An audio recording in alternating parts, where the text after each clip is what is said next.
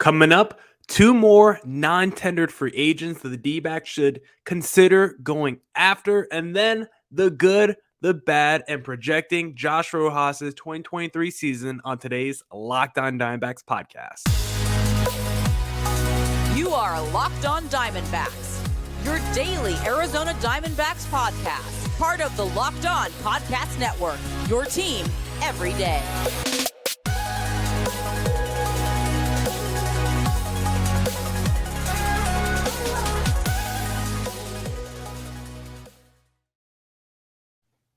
Welcome into the Locked On Diamondbacks podcast, part of the Locked On Podcast Network. Your team every day listening to who? The always charismatic host of this podcast, Millard Thomas.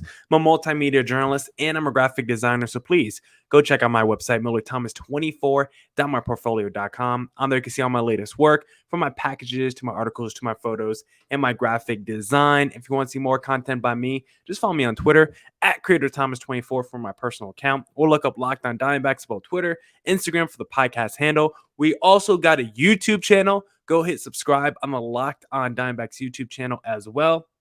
And also, I just want to say thank you for making Locked On Diamondbacks your first listen every day. I would not be able to do this podcast without you, my loyal listeners, sharing, subscribing, reviewing, doing all that so I could do this podcast for you. Thank you. It's free and available on all platforms, so please continue to tell your friends.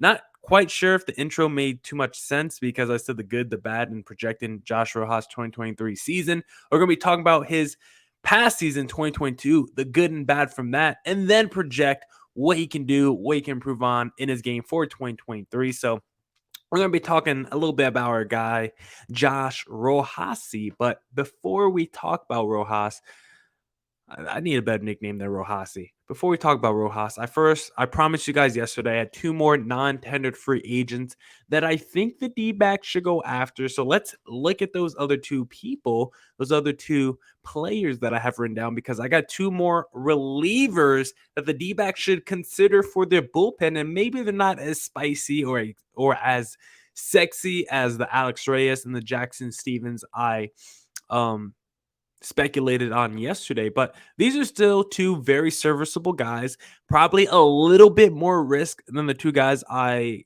speculated on yesterday or proposed yesterday, but these are still two guys who are not bad by the numbers, serviceable by the numbers, and still some upside as well. So first guy I want to talk about is Jandel Gustave, and he's a right-handed pitcher. He's 30 years old. Don't ask me who these guys are.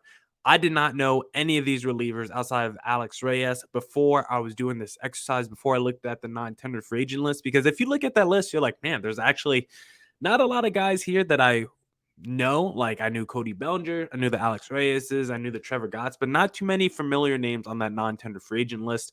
And so this was a fun exercise to do because I got to learn a lot of new baseball players. And Jandel Gustave is one of those players. I'm hoping I'm pronouncing his name correctly. Like I said, righty, 30 years old, so not too old at all.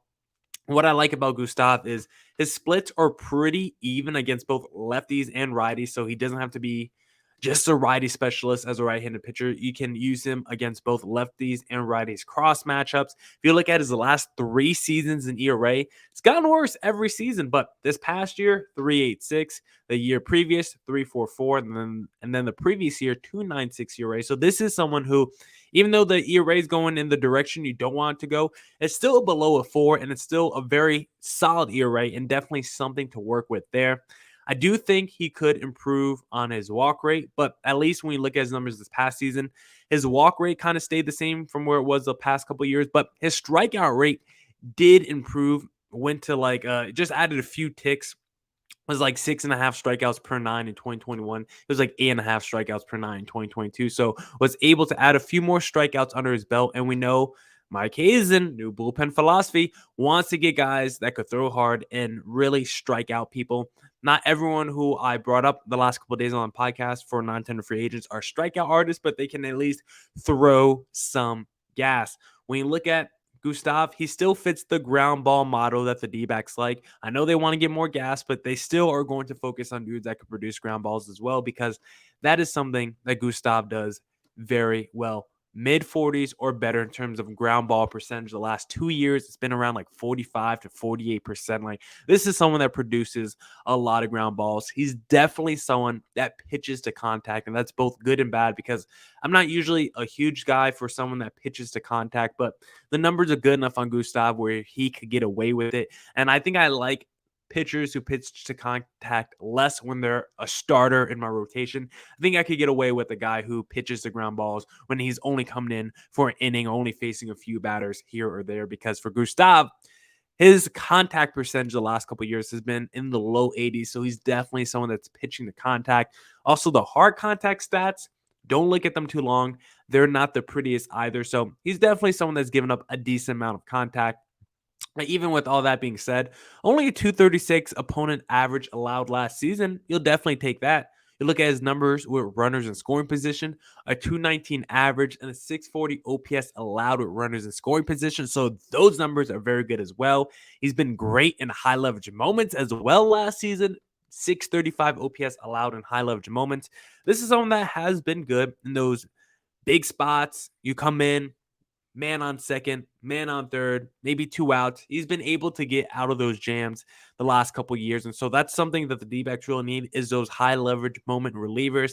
Don't have enough of those. Most of them are lefties. So if we could get a couple of righties in the system, that would be very beneficial. He's someone that uses the sinker slider as his main arsenal. Really only does 3 pitches. It's mostly sinker slider. And then the third pitch mixed in there every now and then is that fastball. But even though he's mostly a sinker kind of ball, a sinker ball pitcher, averages 96 miles per hour on his sinker ball. So typically, I'm not a big pitch. I'm not big. Typically, I'm a person that's not into the pitcher that pitches the contact, that pitches to get ground balls, but I'm okay with that guy if that sinker ball pitch, like usually when a guy, his main pitch is like a sinker ball pitch, if it's like a Tyler Gilbert or he's throwing it like 90 miles per hour, then I'm usually out on that guy. But if you're throwing a 96 mile an hour sinker ball and you also got a 96 mile an hour fastball, I think I can live with that then. And his slider, virtually unhittable when you look at the numbers. It's like a 150 average allowed on that slider. So he gets a lot of ground balls, pitches the contact with that sinker, and then if he wants to go for the strikeout, he throws that slider down and away. So Jandel Gustav is definitely one name I think the D-backs should consider. The other name I think they should consider is Jarlin Garcia, who just got non-tendered by the San Francisco Giants, so would be a little NL West rival pickup. He's a lefty, 29 years old, and if you look at his last 4 seasons in terms of ERA, 3.74, 2.62, 0.49, 3.02, and during those 4 seasons, he had around a 1 whip as well. So this is someone that produced very effectively and efficiently at a high level, but started to regress and slip some in 2022. Contact percentage, though, has improved each of the last 3 seasons. You like to see that. A career 246 BABIP guy, batting average and balls in play. That's BABIP. 246 for his career is pretty good as well. Modest hard contact stats allowed. Not great, not bad either. 192 average allowed to lefties. So Garcia is definitely a lefty specialist. Don't want to play him against righties, but against lefties, absolutely shuts down that matchup. He's also a guy that, unlike a Gustav, who we just talked about, great in those high leverage moments, maybe a potential closing option, be a guy that spot starts in that closing spot. Garcia, not going to be that guy. He was terrible in save situations last year, but in non-save situations, a 3.22 ERA. You'll definitely take that. Garcia, I'm going to talk about some concerning numbers with him. Runners in scoring position, don't look at the numbers. Absolutely atrocious. Don't look at the numbers in high leverage moments. Terrible there as well. So for Garcia, the ERA has been good the last 4 years, improved on the contact percentage, but has not been able to come through when you have those men on the bases or when the opponent has men on the bases. Garcia hasn't been great in those moments, and that is what would scare me with this signing. He does have a fastball, changeup, slider combination, but the reason why I want a Garcia, even though some of those underlying numbers look bad, is because he was good the previous few seasons. I don't think one season means you're washed. And he's also someone that's 29, turning 30, not too old. Fastball velo around 94 miles per hour. And that 94 mile an hour fastball velocity is like the highest it's been in like 3 or 4 seasons. So If he's someone that we could get with Brent Strom, I know I'm going to use that as a qualifier for a lot of pitchers, but it's true because Brent Strom is like the most elite guy you can have as a pitching coach. So Garcia, even though this season was down, there's other numbers to suggest he's also improving. Just needs to get better at runners at scoring position, needs to get better in high leverage moments, can throw mid-90s on the fastball, change-up slider as well. I wouldn't mind rolling the dice on a guy like Garcia or Gustav. And whoever the D-backs sign for their bullpen is going to make sure they're able to secure a lead. Like Simply Safe is able to secure your home because did you know that over the holidays, property crimes like burglaries and package thefts spike nationally? That's why our friends at Simply Safe Home Security are offering 50% off their award-winning security system. So that means more families can feel safe and secure this holiday season. Order your Simply Safe system for half off today and enjoy advanced security and greater peace of mind this holiday season. Here's why I love Simply Safe. Simply Safe was named the best home security system of 2022 by US News and World Report for a third year in a row. In an emergency, 24/7 professional monitoring agents use Fast Protect technology exclusively from Simply Safe to capture critical evidence and verify the threat is real so you can get priority police response. Simply Safe is whole home security with advanced sensors for every room, window, and door. HD security cameras for inside and out, smarter ways to detect motion that alert you only when a threat is real, and even hazard sensors that detect fires, floods, and other threats to your home. 24/7 professional monitoring service costs less than $1 a day, less than half the price of ADT's traditional professionally installed system. With the top-rated Simply Safe app, stay in complete control of your system anytime, anywhere. Arm or disarm, unlock for a guest, access your camera, or adjust system settings. Don't miss your chance to save big on the only security system I recommend. Get 50% off any new Simply Safe system at simplysafe.com/lockedonmlb. This is their biggest discount of the year, so don't wait. There's no safe like Simply Safe. All right. Let's get back into the podcast and let's discuss the good and bad from Josh Rojas's 2022 season. Excuse me. And I think I'm going to first start, with the good from Josh Rojas's 2022 season. Excuse me. I'm having like little mini burps over here, but I think all the gas is expelled.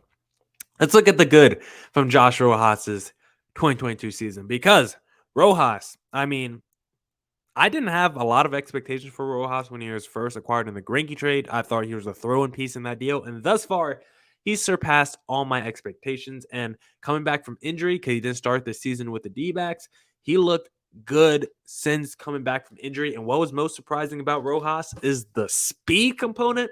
Rojas has always been one of the quicker guys on the D-backs, but he was never a burner. There's never someone that you were like, okay, he's going to get I didn't think he would be able to get 15 stolen bases in a single season.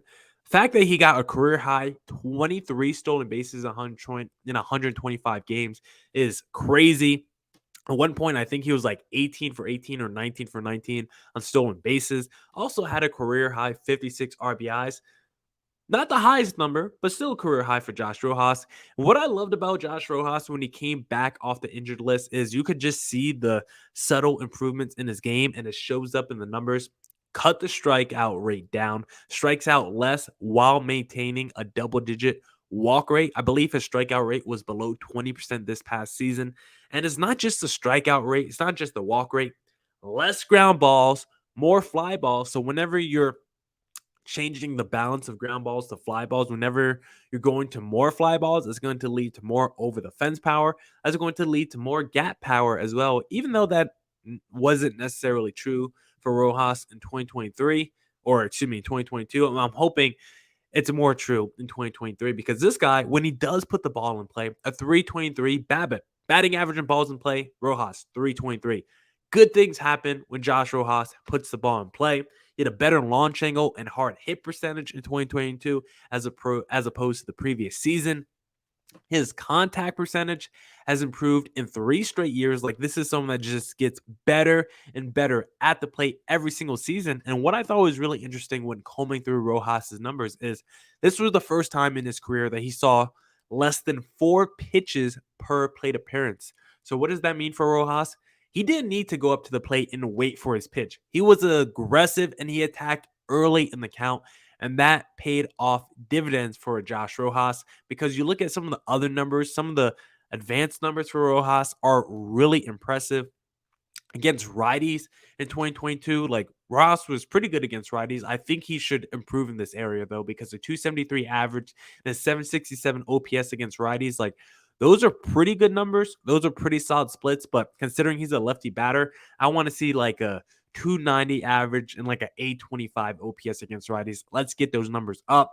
Rojas, when he led off an inning, I'm not saying when he batted first, I'm not saying when he was a leadoff hitter entering a game. I'm just saying any inning this past season where he got to lead off that inning, he had a 299 average. This is someone that's subtly very good at setting the table, but also if you look at his numbers when he was either batting third or batting fifth, very weird. But when he was batting third or batting fifth, he was like a 300 average, like 850 OPS guy. Like, he absolutely crushed in like the 2 money spots in the lineup. So it makes me wonder whether it should be a guy that, bats at the top of the lineup, because he produces when he's at the top of the lineup. He's producing when he's leading off. So it's all very interesting questions for Josh Rojas.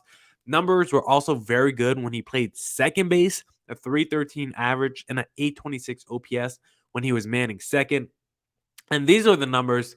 What we're about to get into is really the numbers that I love and really the numbers that stand out to me when I'm looking through a Josh Rojas's 2022 season. He had a 295 average with runners in scoring position. I'm not sure there's a number that I care about more than runners in scoring position. A 295 average, run scoring opportunities, they seem to come few and far between sometimes for the D-backs. More in 2021 than 2022, but sometimes there's just games where the D-backs are going like 2-for-7 with runners in scoring position. And you're like, if you got that one run in the third inning when you had a man on third and 1 out, we could have won that game. But maybe it was because a Josh Rojas wasn't at the plate, because he was phenomenal for the D-backs for runners in scoring position. And it's not just runners in scoring position, just men on the bases in general. 316 average and an 849 OPS with men on the bases for Rojas. One of the other stats I love, 2 outs, having a 2-out rally, able to keep the inning going. That's where you get the crooked numbers. It's usually not, I don't want to say usually, I don't want to overgeneralize, but how many times you see a team put up a crooked number after there's already 2 outs on the board? Like, I feel like it happens to the D-backs a good amount last season. I feel like sometimes the D-backs are able to do it as well. Like, I think 2-out rallies are really impressive. They're hard to do. They show the quality of the batters you have in your lineup. And Josh Rojas is someone with a 302 average and an 810 OPS with 2 outs. Absolutely love that. High leverage moments, another clutch stat, 806 OPS and high leverage moments for Josh Rojas.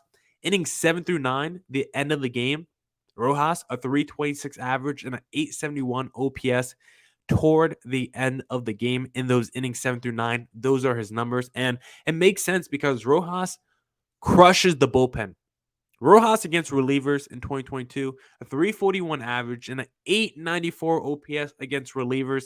This guy crushed the bullpen in 2022. Once that starter came out the game, Rojas took over and he had a 299 average on fastballs. I also love that number for a major leaguer.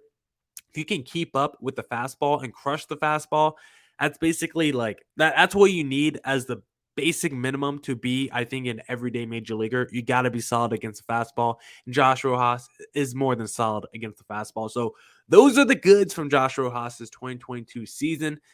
But how about the bads? Well, if you want to bet on Josh Rojas improving on his bads in 2023, you need to head to betonline.net, because BetOnline.net is your number one source for sports betting info, stats, news, and analysis. Get the latest odds and trends for every professional and amateur league out there. From football to basketball to soccer and esports, we've got it all at BetOnline.net. And if you love sports podcasts, you can find those at BetOnline as well. We're always the fastest and easiest way to get your betting fix in. head to the website today or use your mobile device to learn more. Bet online, where the game starts.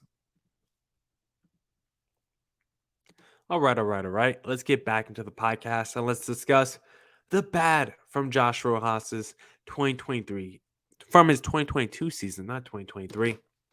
So the first bat I want to talk about, I would like to just get, when you look at his traditional numbers for Josh Rojas, I just want to get that OPS up a little bit. 739 OPS, mostly the slugging, like the power, just wasn't really there for I'm starting to struggle to talk a little bit. The power just wasn't really there for Rojas this past season, and the power, I think, throughout his time with the D-backs, still a little bit more yearning in that power department for Rojas. A little bit more doubles. Considering the speed he has, I would like a little bit more doubles and a few more triples. Only one triple in 2022.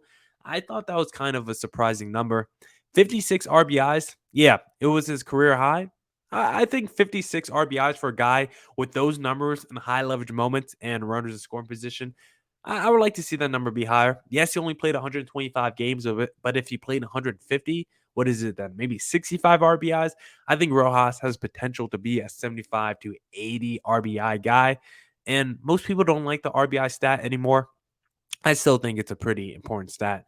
Home run percentage was below 2% this past season. It was like 1.8%. Like, that's probably got to be closer to like 4%. Like, Rojas, I think, has 15 to like 16, 17, 18 home run potential. I don't know if he's a 20 home run guy, but he's got a sweet, smooth, fluid swing. So if he can barrel up the ball a little bit more, get that sweet spot a little bit more, I do think Rojas could see an uptick in the home runs, but not like a crazy amount, not to a crazy degree of home runs. Not going to turn into the left-handed Aaron Judge out of nowhere. Same with his extra base hit percentage. Like, his extra base hit percentage went down this season from last year. Like, I don't want to see that for Josh Rojas. Like, he just hits a lot of singles, and I want to see a little bit more doubles. Also, not great against lefties. Like, 667 OPS against lefties is not terrible, but I need that OPS to be higher against righties if he's only going to be batting 676 against lefties. That's why I'm like, a 767 OPS against righties is just not good enough when your splits against lefties is like borderline 700 OPS as well. Like, I need that OPS to be above 800 against righties if you're Josh Rojas. And then we talked about how good he was in the last 3 innings of a ball game, how good he was against the bullpen. That's because he's not good to start a game. In the first 3 innings of a ball game, Josh Rojas has a 576 OPS, and against starting pitchers, Rojas a 640 OPS and a 222 average.